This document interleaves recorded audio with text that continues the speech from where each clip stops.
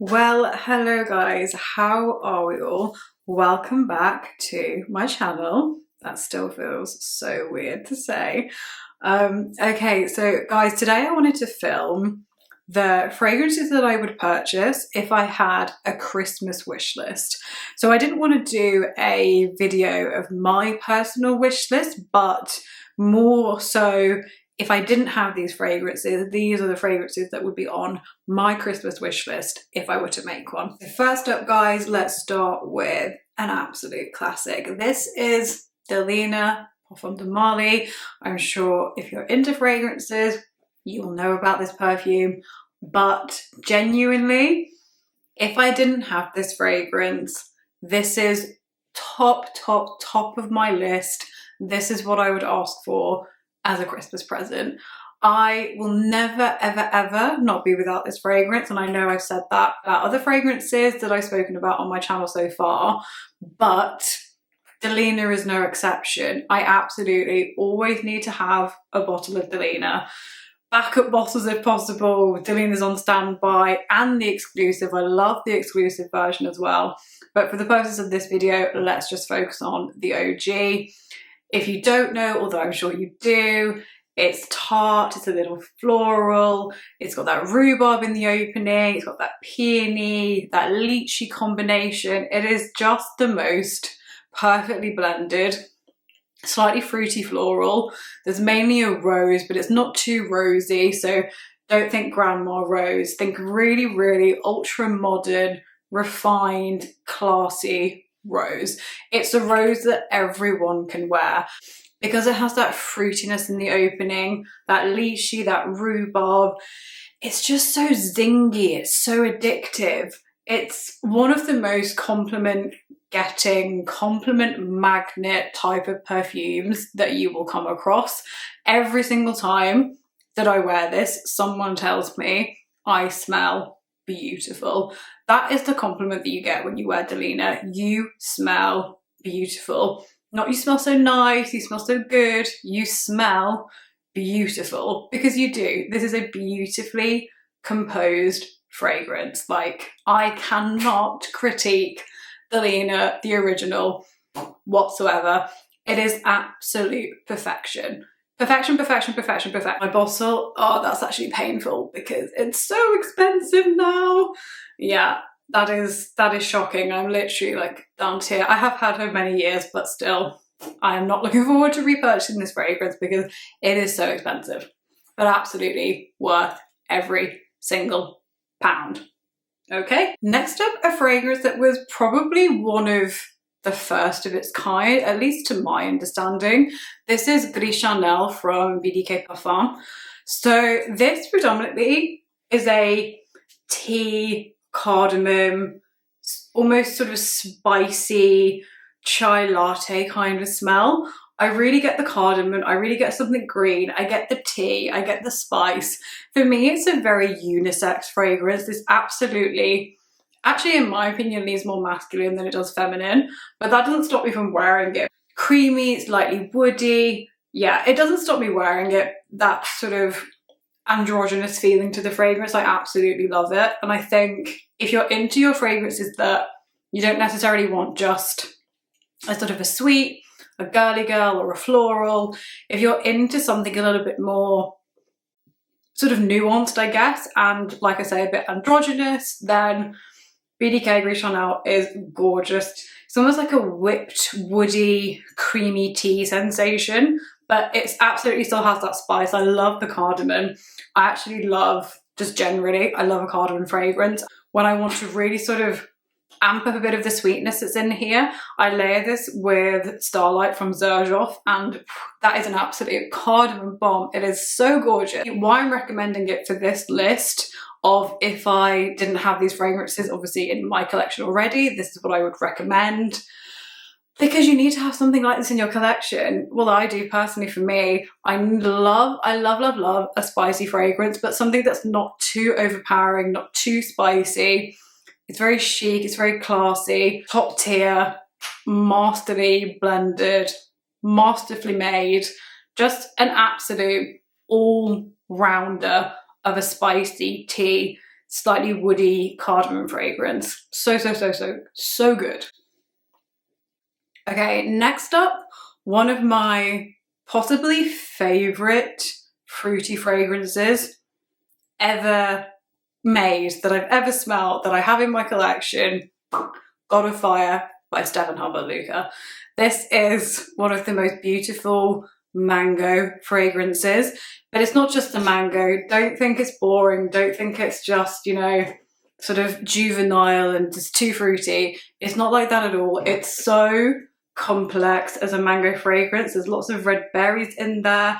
I think there's raspberry, I think there's strawberry. There's some ginger in the opening, so there's a little bit of a spice to it. It is a spicy mango, but not too spicy. That ginger just gives it this little kick in the opening, and there's some lemon and the really sort of citrus, fresh, invigorating, really just sort of an awakening scent. And it's one of those fragrances that just transports you somewhere. It transports you somewhere tropical. It transports you away from, for me, what is gloomy England most of the time. Beautiful. A mango done so well. It's zingy, it's got that ginger, that lemon. It's just giving happiness. I think this fragrance just makes me happy. It's one of those fragrances as well that I don't even necessarily have to be sort of wearing it or want to wear it on a given day, but I'll just see it in my collection and I can't help but pick it up and smell it. And that's how you know this stuff is properly addictive. I don't even have to wear it and I still want to smell it. And I think that says a lot about perfume. If you go to a perfume in your collection and you pick it up and you just want to smell it, you love it.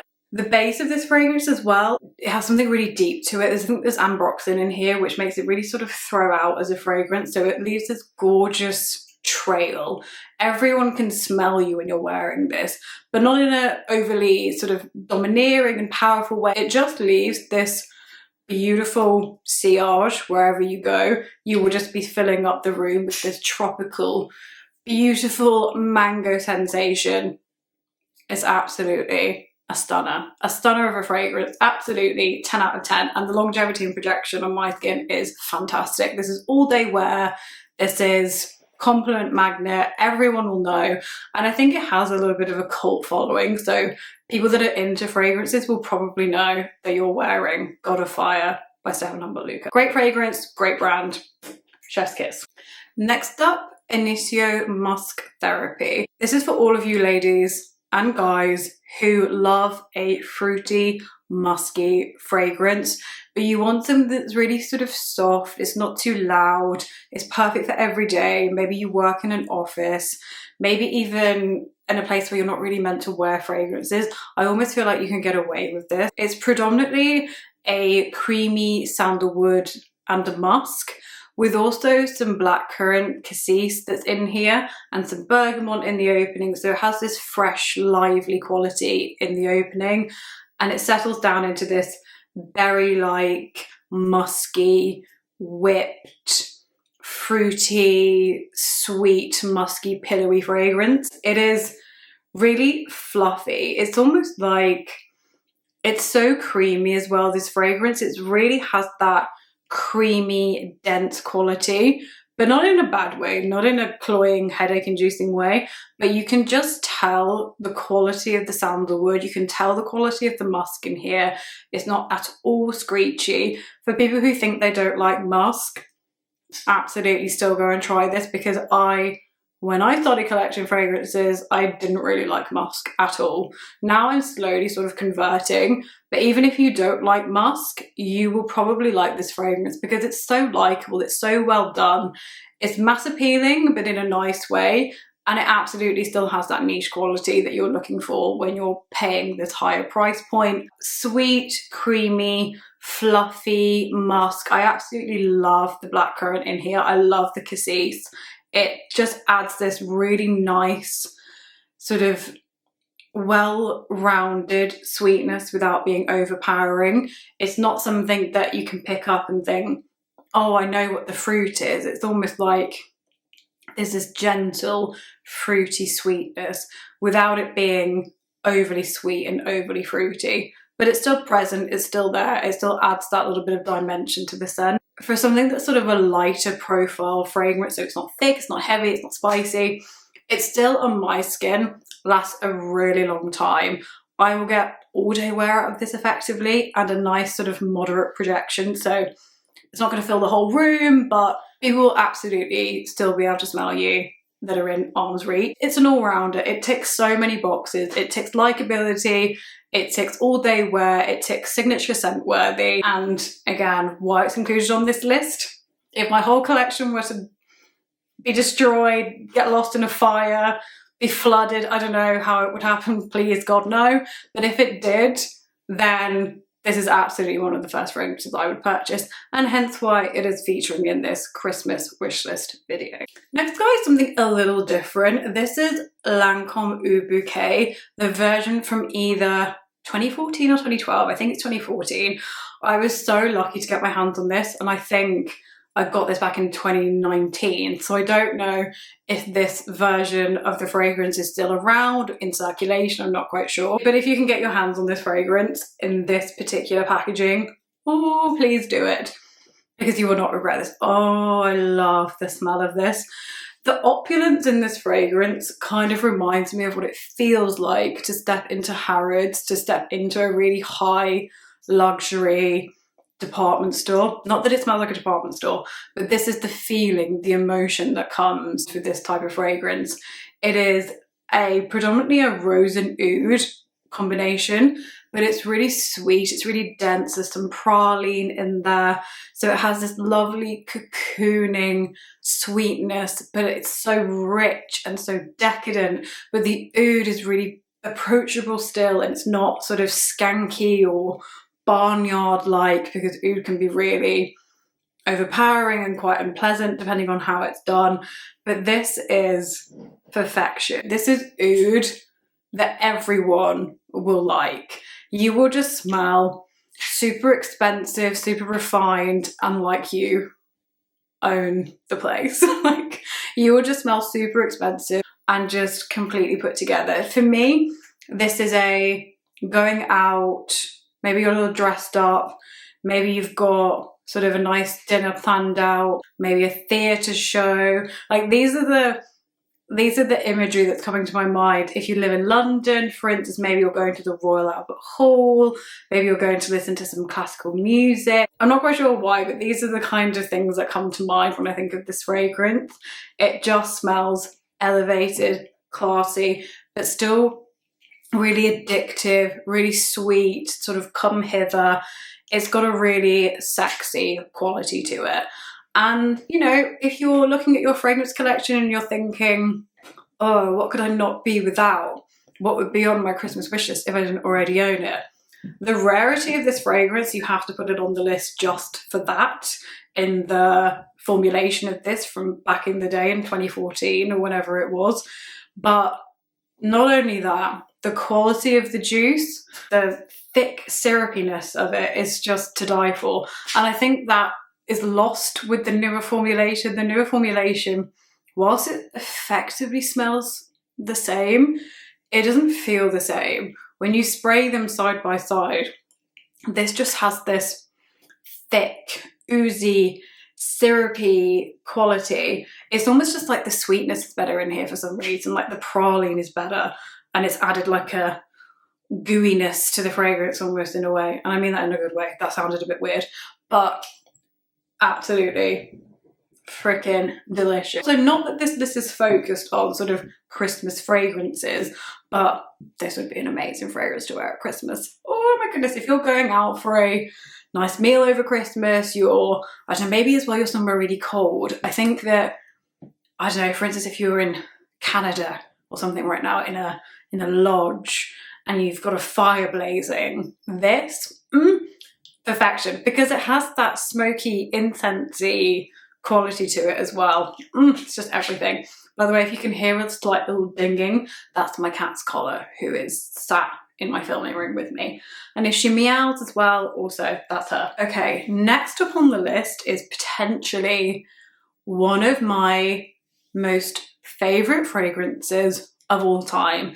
And if I were to tell you to pick one fragrance from this list to go and try, to go and buy, maybe you add it to your basket right now online as you're watching this video. But it would be Dries van Noten Soie Malaquais. This fragrance, I have never known something to make me so happy. This fragrance just gives me an actual, like, visceral reaction. I smell this and my eyes just roll to the back of my head. It is absolutely perfect. Perfect. There is not a single thing that I would change about this fragrance. A rose and blackcurrant and chestnut fragrance. So think something quite syrupy sweet, but it's got a touch of a floral. It's also got a nuttiness. There's also a silk note in here. And obviously that's a made up sort of fantasy note, if you will. But the way this comes across in the scent, it is just the most silky, smooth fragrance I have ever smelled in my life. So well blended. And I know I'm saying that about most of the fragrances, but they are. When you're in this realm of niche fragrances, you can sort of tell a really well blended fragrance from one that maybe isn't so well blended.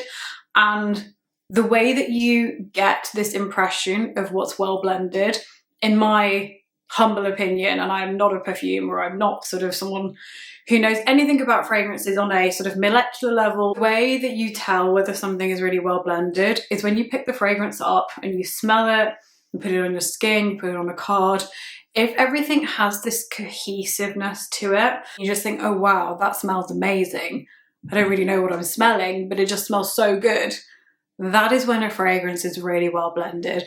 Everything just marries up with another element of the fragrance and it just has this seamless quality to it. And that is exactly what Soie Malaquais is like. And to be fair, a lot of the fragrances from Dries van Noten have this beautiful cohesiveness with the individual scents. And they're all very different. I've been through and I've smelled quite a few from the brand, but they all have this gorgeous, well-blended, cohesive nature to their fragrances. And this is the perfect example of that. And I liken this to smelling a little bit like, imagine if you have a cheesecake and you have the coulis on top of the cheesecake. So you have that sort of rich berry compote, and then you add in a bit of a floral from the rose, you add in a little bit of something nutty. There is also a slight dusting of cacao, so there's something, a hint chocolatey, but not a great deal. It's mainly the fruit, the rose, the silkiness that are the sort of dominant feature notes. But when it is in the dry down, the very dry down, you do pick up that nutty and that chocolatey facet a little bit more. But for the main part of the wear, it smells that kind of fruity rose. Gorgeous. Dama Bianca from Casamorati Xerjoff. I was thinking predominantly when I added this into this list, I was like, what vanilla could I not live without the most? And whilst this could be classified as a floral, it could also be classified as a vanilla. It's a powdery floral, so there's violet and there's iris in here. It has this almost sort of vintage feel in a way, but it has this modernity to it because of the sweetness that's in here. So it has this powderiness, it has a sweetness, it has a little bit of citrus. It's, again, a very well balanced fragrance. It has a little bit of everything. It has that bright, sparkly opening from the citrus. I think there's some kumquat and there's some bergamot in here. So it has that sort of light, effervescent quality in the opening. It then has the powderiness throughout, but it's a really nice powderiness. It's not a hard powderiness to get on board with, in my opinion. I didn't have to sort of grow into this fragrance. There are a few fragrances that I now have in my collection that when I first smelt them, I was like, oh, I think that's a little bit too much for me. And mainly because it smelled a little bit too sort of mature in a way. And when I started collecting fragrances, I was in my early 20s and I'm not anymore. So I'm now more into those sort of powdery, sort of uber powdery fragrances, not just these types of fragrances.